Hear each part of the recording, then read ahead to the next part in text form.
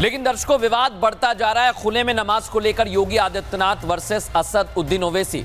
इधर अलविदा जुमे की नमाज पर सड़कों को लेकर खुले में लेकर यह कहा गया था कि कोई नमाज नहीं पढ़ेगा।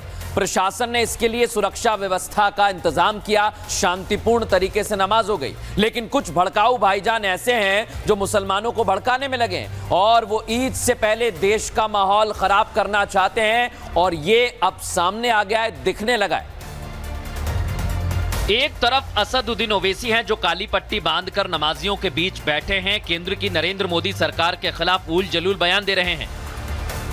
दूसरी तरफ उन्हीं की पार्टी के दूसरे नेता हैं जो सरकार के आदेश से आगे बढ़कर देश का माहौल खराब करने की साजिश रच रहे हैं। ये हैं शोएब जमई, AIMIM के दिल्ली अध्यक्ष, जो दिल्ली में सड़क पर नमाज रोकने की मांग पर तिलमिला गए। ऐसे में ये मुसलमानों को भड़काने वाला बयान दे रहे हैं और कह रहे हैं कि सड़क पर नमाज होकर रहेगी। अगर मस्जिद में जगह कम पड़ जाएगी कहीं पर तो सड़क पर भी नमाज होगी, ईदगाह में भी होगी, लोगों के घरों के छत पर भी हो। जब भंडारे के लिए रास्ता रोक सकते हैं आप, कांवड़ यात्रा के लिए कई दिनों तक हाईवे को जाम कर सकते हैं आप, तो 10 से 15 मिनट के लिए ईद के नमाज के लिए आप व्यवस्था नहीं कर सकते। AIMIM के दिल्ली अध्यक्ष मुसलमानों को भड़का रहे हैं तो बीजेपी विधायक सूर्य प्रकाश खत्री सड़कों पर नमाज रोकने का समर्थन कर रहे हैं। सारी टेररिस्ट एक्टिविटीज एक समुदाय से क्यों निकल कर आती है, तो उसका क्या आंसर है? सिर्फ हिंदुस्तान की सार्वजनिक जगहों पर बैठकर ये चीजें हो सकती है। आम जनता का, आवाम को उससे अगर प्रॉब्लम होती है तो वो भी गलत है, क्योंकि अगर ये चीजें होनी है तो फिर मस्जिद का, मंदिर का, चर्च का, इनका क्या फायदा हुआ? खुले में नमाज की इस जंग के बीच कुछ हिंदूवादी संगठनों का कहना है कि दिल्ली में एक ऐसा इलाका है जहां हर शुक्रवार को मुसलमान बड़ी संख्या में सड़क पर नमाज पढ़ते हैं। उनका कहना है कि अगर ऐसा चलता रहा तो वहां हनुमान चालीसा का पाठ होगा।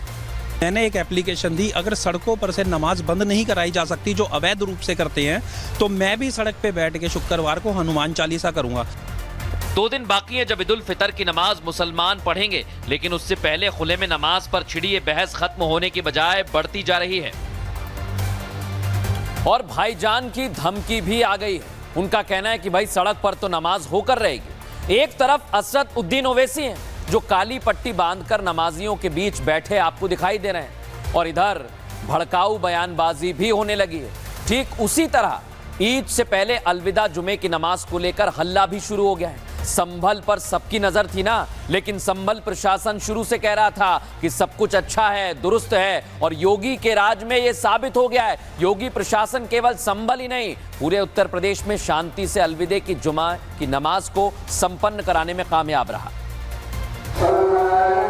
यूपी के मेरठ और संभल में प्रशासन ने खुले में नमाज पढ़ने पर रोक लगाई, जिसके बाद ये पहली कड़ी थी जो योगी के पुलिस प्रशासन को पास करनी थी। ईद को लेकर ये सख्त हिदायत दी गई कि कोई भी नमाज सड़क पर या छतों पर नहीं पढ़ेगा, लेकिन उससे पहले अलविदा जुमे की नमाज, इस पर व्यवस्था को धरातल पर उतारने के लिए सुरक्षा मुस्तैद करना ये प्रशासन के लिए बड़ी चुनौती थी, जिसमें योगी का प्रशासन 100% मार्क लेकर पास हुआ है।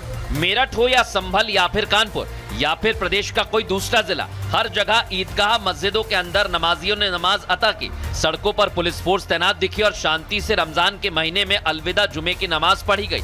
होली के दिन जुमे की नमाज पढ़ने के बाद अलविदा जुमे की नमाज सबकी नजर थी, लेकिन संभल प्रशासन ने अलविदा नमाज के लिए व्यवस्थाएं दुरुस्त रखी। सड़कों पर नमाज ना हो, इसको लेकर तमाम जो चीज़ें हैं वो सुनिश्चित की गई थी। फोर्सेस यहाँ पर डिप्लॉय किया गया था और अब आप यहाँ पर देख रहे हैं कि तमाम जो लोग हैं जो बाद में पहुंचे वो अब यहाँ पर नमाज जो है वो अदा कर रहे हैं। शांतिपूर्ण तरीके से जो नमाज है वो यहाँ पर अदा की गई। इसके पीछे 2 वजह थी। एक तो ये कि रमजान के आखिरी जुमे की नमाज थी और मस्जिद के अंदर नमाज अता करने के आदेश के बाद हो रही थी, इसलिए पुलिस बल और ड्रोन की निगरानी में ये नमाज हुई। प्रशासन का प्लान ईद पर भी ऐसी ही व्यवस्था करना है। बिल्कुल शांतिपूर्ण तरीके से संपन्न हुआ है और सभी लोग अपने गंतव्य को जा रहे हैं और मैं उम्मीद करता हूँ इसी तरह शांति बनाए रखेंगे लोग। लगातार 1.5 महीना एक त्योहारों का, उत्सवों का पूरा समय है और इस समय में सब लोग मिलजुल कर अपने अपने त्योहार अच्छे से मना रहे हैं। ईद भी अच्छी होगी, रामनवमी भी अच्छी होगी और अम्बेडकर जयंती बहुत अच्छे से मनाई। चूंकि छत पर और सड़क पर नमाज पढ़ने की मनाही है, तो संभल प्रशासन ने नमाजियों के लिए शाही जामा मस्जिद के अंदर और खाली हिस्से की खास व्यवस्था की।